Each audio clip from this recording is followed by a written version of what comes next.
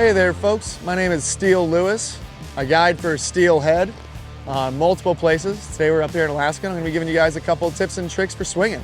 So the first thing I want to talk about, I tell every client, is swinging is all about finding a balance between being thorough but efficient.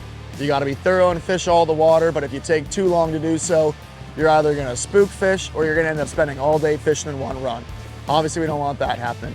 So depending on the time of year, you might have to find a little bit of a different balance between the two, but the main thing is don't take baby steps out there.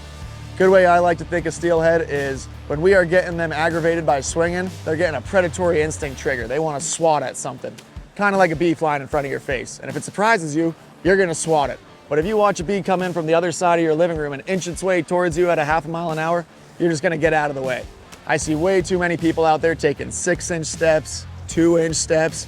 Even a foot, honestly, in my opinion, is too small, especially if the water is warm. That'll kind of bring me to the next thing we'll talk about.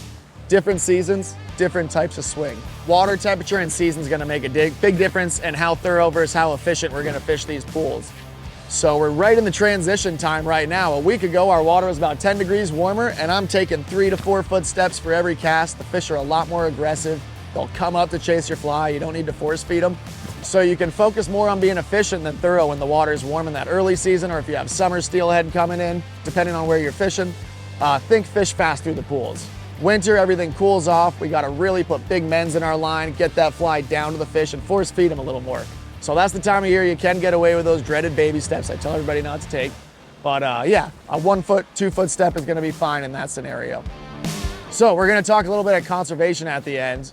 Steelhead are obviously a fish all us anglers care a ton about. We wanna take care of them. And as fly anglers, practicing catch and release fly fishing, we don't wanna be detrimenting these fish in any way. So obviously everybody knows about using catch and release nets, rubber baskets. And if you're tailing fish, make sure you're doing so quickly. We don't wanna be overplaying or over tiring fish out there. That's the #1 thing.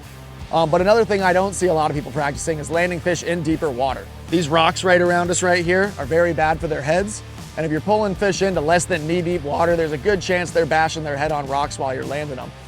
They've done studies and it's been proven to cause a higher mortality in our releases.